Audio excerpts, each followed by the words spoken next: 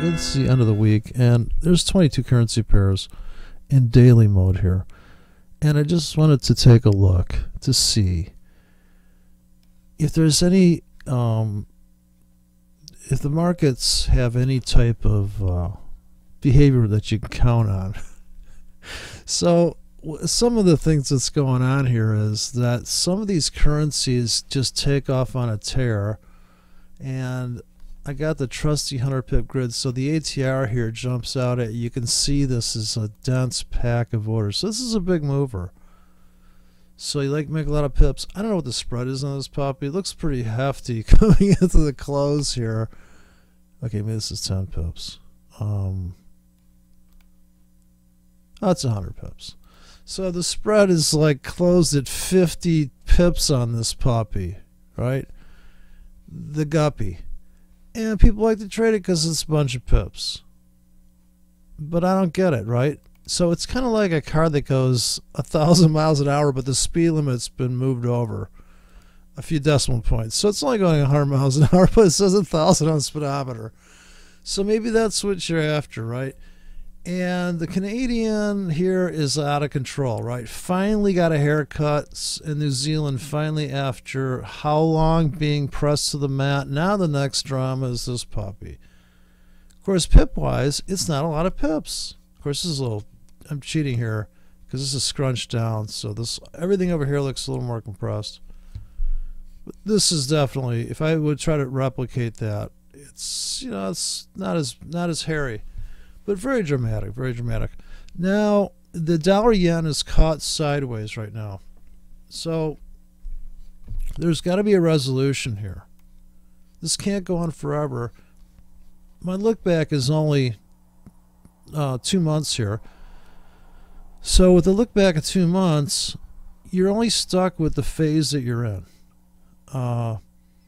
When you're in a sideways chop phase, which is about, I'd say, 80% of these things are like that right now. So this is chopped, this one's chopped, chopped, chopped, chopped. These are nothing but chop trades.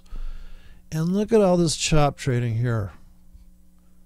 This is a gold mine if you know how to do it. You got to have a 50 pip stop on these puppies, but you can make, now this, grant you, the spread closed at about 100 pips or something. Maybe check my indicators again. Okay, that was 100 pips. So this is so many pips, right? How many pips do you want to make? How many pips are you trying to make? So, look at this. What are you kidding me? It's triple top. We finally break out. Oof. Look at this. Look at this triangle. Another triangle. So every triangle retest. Oh, didn't quite get it. Man, it came back to this top though. But that's some crazy stuff. Look at this. But uh-oh. This could be a little bit of a, you know, come back and fill. But it doesn't matter because you could have had a sell limit here and just nab that puppy while you're sleeping for 200 pips. Right? Look at this retest. That's 300 pips straight up. So on the, if you see this, say this is a 10 pip window, to try to make 20 pips with a 10 pip stop, it all looks the same. It doesn't matter which currency pair you trade, it matters what phase it's in. So if it's sideways, which it typically is, there's 3 good trades there. 3 days banging on that price. Bing, bing, bing, bing, bing. Shting. Comes back to here. It's the same garbage over and over again. I'm so sick of these markets. Okay, look at, you could have sold here for 100 pip. I mean, do you realize all you'd have to do is get up in the morning and put sell orders at the last known doji. You know, put a 20 pip stop on that to make 100 pips. That's it. But whatever you do, never use a candlestick. Never use a candlestick. Everybody knows candlesticks are for not for Forex, they're for soybeans. They're for markets that gap open so you can get those cute abandoned babies, right? Like you left the baby in the car, right? It's abandoned baby up here. Gap opens. You know, in the stock market, sure, candlesticks, end of day close. There's a shaved candle down. Then they repeg the. There's a gap open. How do you trade the gap? Do you put a buy stop here to catch it on the redraft? Do you buy as it's tanking? Like if you just kept buying this as it's tanking, here's a buy bounce. Good for a few pips, but look at the wick on this thing. What are you, nuts? And all these people that are like, yeah, you know, this is it's an uptrend. Well, you know, it matters where you get in along this path. I don't think you want to be buying here, right? Well, I got in here and put my stop down, say here. I swear they won't think about this trade. Is it just me? Think about this trade. Be realistic. Ask yourself, even if you knew where this fucking market was going, okay, yep, it's in an uptrend, sure enough, right? Okay, so now you bought, say, pick a day. I guess if you bought here and you could take 200 pips of heat, yeah, they didn't stop you out, but what if you had a stop like right here? Right? Says, well, I put my stop in here because I was so certain. That, you know, they'll never touch it. Then damned if they didn't nab it. And this became the biggest, shortest run of all these runs. So on the lower time frames, this stuff here, double top, becomes this bottom. You know, but this can only go on so long. And from the sell side, a failure up in here from the sell side is always a killer entry. So you trade from both directions. It just doesn't matter which currency you trade. It's just how many pips you want to make. You want to go 1,000 miles an hour? I'll move the decimal point. So it's like that. I mean, the idea that, you know, in other words, if you had a 1,000 pip stop, you could make 2,000 pips. Or say you're running a 300 pip stop, so you get in, say you got in here and you have a stop here, man, you just, but how do you function psychologically in a giant position if you get in for a whole month and you bought here and it's there? You're actually down in the trade. Say you got in here and you didn't take 100 pips off the table on this run, right? I'm just saying.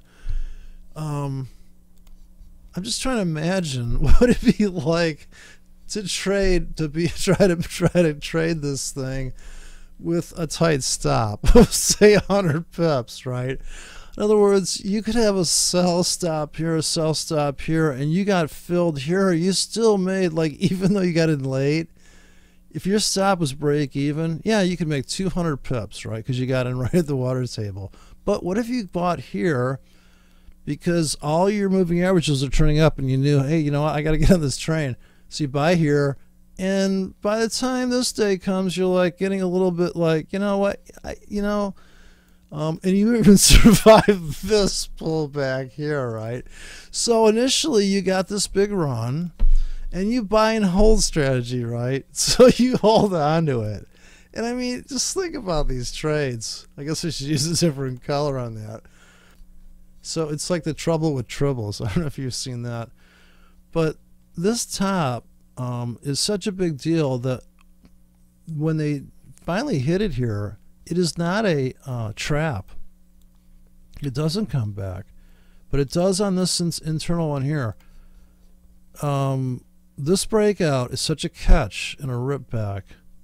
And I don't know if there's a Sunday on this chart. I can't remember if this chart plots Sunday, which would just be like the only time a candle would even look good on here. Maybe this is Sunday. But this is definitely something. And the retest of this closing price puts you right in the middle of the road, whereas a retest of this doesn't really happen. Just by a nick. But this is a 100 pip window. But the whole time that this thing is consolidating, it's totally tradable from a standpoint of this strategy, and it's in that phase. So it's all about phase. In this sideways phase, and then if you call that a trend, I guess you'd have to, right? It's like a price pulse burst, and here's the complete answer to that. So this market's always echoing off itself. This bounce here, sideways, stops out any bull. Bam, 1,000 pips. Fills this big vapor lock, but you're always looking for this pullback to the come back to this top, and it becomes the cashing zone always. And this thing run with 50 pips stops to make 100 pips or 200 pips. So if you're risking 50 pips, half of this guy, you know, this would be, but presupposing you bought here with a 50 pip stop. So you're just really loading in, but it's a cushion entry because you're not going to, or you have single drops here with a wide stop, drops to catch it if they poke it in. So all these pokes like this here, not as, you know, it's the they push it right to the edge. I'm sure on the left side there's something, but once you establish this top, you know this is going to be critical, and you know that this top looking forward is going to become a bottom of some sort, and you get the perfect pause, you know, perfect pause, consolidation. Oh, it's got to come back to this.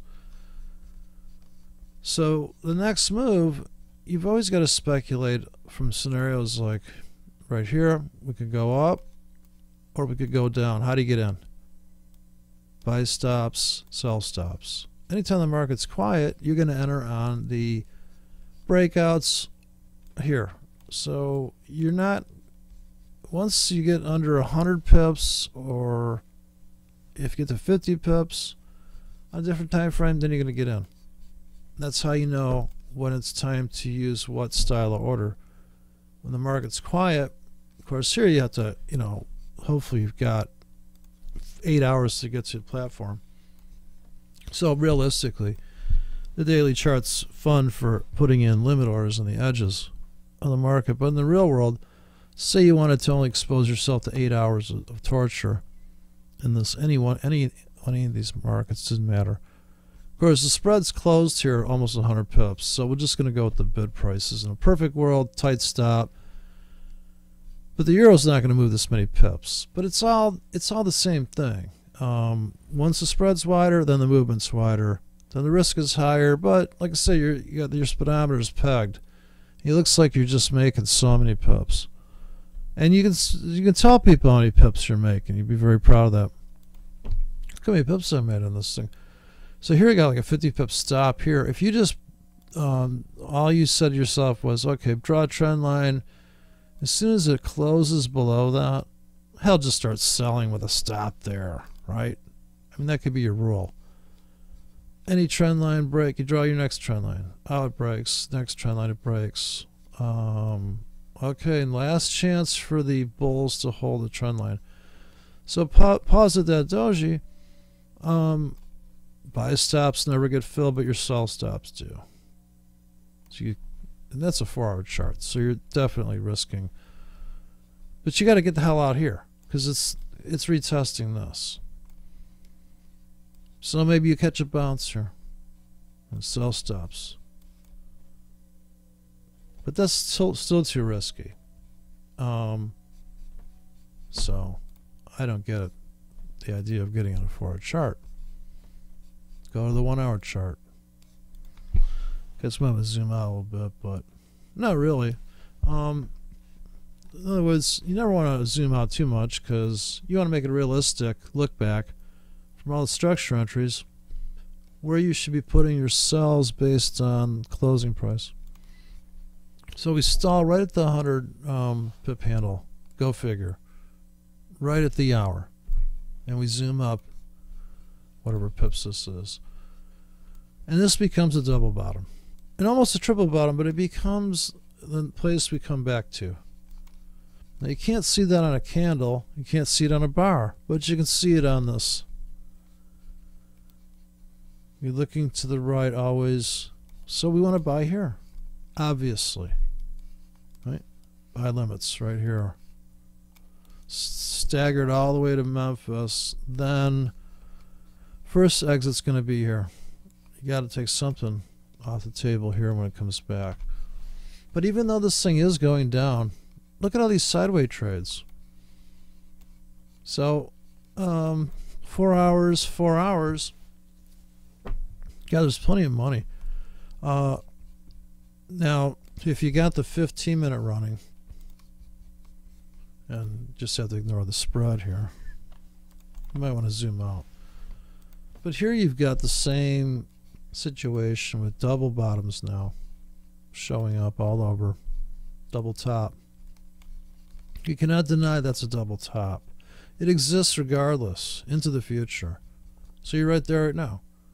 So, you know, the end of the market here is pretty crazy because the market will literally come back to possibly here on Sunday. But you got to buy there for the bounce to this. And it doesn't look like a lot of pips maybe, but it's still less risk. And then when the market really does tear north like a bat out of hell, I mean, it's typically going to happen on a 3-touch. So a triple top here becomes the bottom.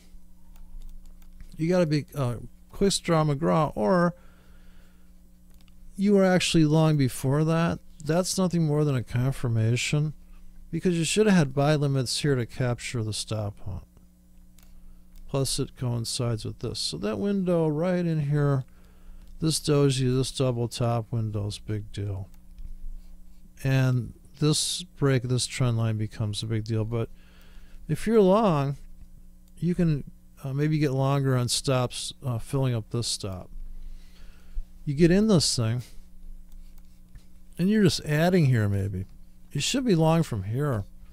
Or even here if it could have come back to here. So when it does come back, and of course this was the ultimate, they wanted that. But look at that for, oh man, they went on for, how many bars were poking into that price? So the thing flirts with a zone, and then it cuts through, and it does the classic triple, you know, support becomes the resistance, and this is all what people call noise. Depends how big you're trading. Tight enough stop on any of these things. It's just piles of money in there. From a standpoint of running a 100 pip stop or 10 pip stop, hell, you can't even, this is just like not even happening. But it is affecting your equity. If you're in and your stop's down here and you're like, well, you know, hell, you could have got out here. If you're super in big, hell, you're just getting, you know, you're just wondering why, man, I should just got out here. Like, then it comes back here, you're holding in, maybe you bought here, you're break even. And this is half a day. Hell, that's like 3 hours, this thing. So, you know, if you're day trading, hell, you got to be getting into the 15-minute chart. At the market, boom. Sure, you can have some sell stops in here that get filled late, but my God, you got to put at least one on at the market. You could be wrong, so you're always trading light at the market with a stop up here, say if you're selling. But most of this is happening in just a you go in sync with the market here. So when the market gets quiet, you've got to pick a direction. Well, you don't have to, but when this thing's treading water and they trap here, they come back, they trap these guys. So the very this is Asia opening. They come down, they grab that, and this range has already been established for a long time, so it's good for quite a bit of you can always have your buy stop stacking up here. because you don't need an ATR meter to tell you it's trading sideways so damn long. Even this sideways action here, where it's caught in an attempt to break out and follow through down. I'm sure everybody's mind was looking at this kind of, it's going to go through here, it's going to take this out, it's just going to keep going down. But it actually had to climb all the way up here, and then it really started clean house near the end. And just, this is the Euro, Australia, it doesn't matter. It doesn't matter which currency or which time frame, it just matters, is the spread a problem as far as you getting out of the market with something every 4 hours or every 12 hours. Now, the idea that, you know, this stuff about, well, you know, you can't be on a 1 hour, how, you don't have a choice. Here's Sunday night. If you wanted to sell this thing, and it doesn't take too much of an Einsteinian approach to say it's going down. Yeah, it went sideways here, but it's going down, right? And then here is the lower highs, but they're weak. And then finally they trip the thing, but even after they trip it, it still comes back to here before it really plunges. So it's really how you get in these things, not necessarily the direction that you get in. You could have got in this thing from any direction, right? You could have been short here. You could have even been long here. And all these bounces, there was a bounce here, a bounce here, and a bounce here that were pretty good magnitude. And this here is like, this Wix is just crazy, right? Market jumps up here, and we don't even know if it came back during that 1 hour phase there. So to me, it's all about phase. A sideways phase, I think if you want to be making money every day, there is a system to take advantage of this. Almost a whole day of distribution. There's a style to trade for this. And it's doable. It's not a lot of money. You're kind of getting fake moves, but if you have sells here, in other words, once it starts to resolve itself, you're stuck with only so many positions left. There's only so many choices. At the end of this train, this double bottom becomes the top, and it's just going to spill down. So anytime there's a consolidation, you buy stops and sell stops. Buy stops, sell stops. Here, nice smooth edge. There's not one lower.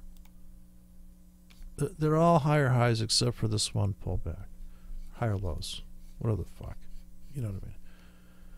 So this cluster here with the stop hunt, just looking at just the 100 pip markers. So the next place you're going to put orders is just going to be at the 100 pips. Now, isn't it interesting that that would just tag 100 pips like that? Like, why would this thing complete the whole thing at 100 and going to complete all the way here up at 100? I wonder why. You know, it's so stupid. And here's the 100 pip touch, and here's the double bottom at the 100. So what does that have to do with it? A hell of a lot, because if you're going to make 100 pips, just get in at the 100 pip handle. Or you want to make 25 pips, get in at the 100 with a stop there. Just put your orders near that. This would be the 50. You can't see the 50 to draw it in here, but the 50 is always happening right here. It's always a pivot. So Fibonacci is garbage. Complete, utter garbage. It's pointless. It's confusing. It doesn't slice the bread properly. When you look at the store, you know, it's like logarithmic scale. Like the more you buy, the cheaper it gets, right? Well, you don't want that. You want to just find a currency with a decent spread, and you're looking for a setup, and you take the damn trade. And the all the other stuff, it's just complete garbage. Now, I know it looks good. It looks cute, and it's adorable, but it's just stupid. Now, imagine this is a different time frame. Just, it's the same thing all the time here. Here's the bottom. Wow, retest. Gee, what a surprise. So you establish this zone. Gee, what happened here? Up, double top into this, and then it's quiet, and then it just tumbles down. Oh no, yeah, and then a double top, big breakout. Wow, this thing never looked back. But the reason it never looked back is because, well, there's all of this vacuum that's forming. In fact, you could even say all the way to like the closing price is the only kind of vacuum. And the top within the bottom, and then here's the, you just have to be buying this all the time at 100 to make 100. And maybe you move your stop to here. Maybe you hold on to this thing with one contract. Yeah, maybe you make back here what you lost here through trying to trend trade that. But yeah, I think it's just looking to say what do you feel comfortable with a stop, and that's going to tell you what time frame to go. I don't think you ever want to go with stuff like well, I'm going to look for a breakout and get in. I guess so, right? If you put a breakout and you get in one position here, you're trailing stop, I guess so, right? But in these instances, even in a selling state here, sell stop, you can't do that on a big bar. This is a trend because it is smooth. This you can't be putting. As soon as you get to 100 pip bars, you can't be putting sell stops down here. I don't care what time frame you're on. I got a buddy that does that. He's put a sell stop here. I'm going with the market. Yeah, okay. But your stops here, you're risking so much, right? You want these baby bars. Baby bars. Boom. You get the hell out. You got to get out when it's loud on stop entry. Here's sell stops, but not, you can't put a sell stop on this candle. You can't even think about stop entry. You got to think only about limit entries. When the market's on fire, limits only. When the market's dead in the water, stop entries. Stack them up hard. Let the market decide. Boom, you just made money. Like this. Quiet. Doji. Either side. Get picked up in the stream. Get picked up in the stream. Not when the market's like this. You're not putting a buy stop here and a sell stop there. The stop entry is volatility critical. You can't do that. Can you? I guess you could, right? That'll lose a lot of money. Sell stop here, buy stop here. Well, they take you, rip you all the way. Well, I followed my plan and I got stopped down. And oh, geez. So it's terrible. It's wicked. Here's a small bar. You can put stops on that. Even these small ones here. This one, not really. It's too late. You missed it. Pick another currency. Look for a currency that's dead in the water. So I guess that's what I'm saying. My advice to all the people that want to base their entry on the pipometer, go to the look at this in terms of the ATR, or what do you want to call it, and the phase that you're in. So here, this thing's Australia, New Zealand's plunging, but this is they're neighbors. You know, this is like dollar CAD. People are living this close to each other. It's a problem for the currency pair. It goes nuts, right? It just goes nuts. But this is the one we knew was baked, right? This is baked. Come on. I don't have all the data over here, but if you go way back, yeah, this thing's in trouble off these tops. But look at the wicks on that thing, and that's just what a climax move. So it gets pretty frisky. Here's some small candles, only 250 pips on the weekly, but yeah, that's smooth entry there. Now you know what goes up here. You're getting chopped to death. Look at this. Look at this section here. Like if you bought here and you're like, okay, well, or say you bought here and for some God knows reason, you know, people do buy here. So they think it's going like this, right? Because they'll say, well, you know, I bought here and it went like that. Yeah, but okay, I don't know. I guess if you bought here, right, you're a genius. But this is a small candle. Before this thing really came out of control here, after this giant candle, you don't want to be buying there. I'm just saying. Okay, that's my completely I don't know. I mean, it just doesn't matter. It really doesn't matter what you trade. You could trade eggs, you know. And I don't know. It's about phase. Look at the phase on this. I don't know if this is bad data back here, but look at this. Look at this thing. This is ridiculous. You have to have a strategy for that. Sure, you could say there's the trend, but look at that. Are you kidding me? Look at that. Looks like a test. Looks like a bar test. It's like if it's like you're just testing to see how many times they can test the retest of the test.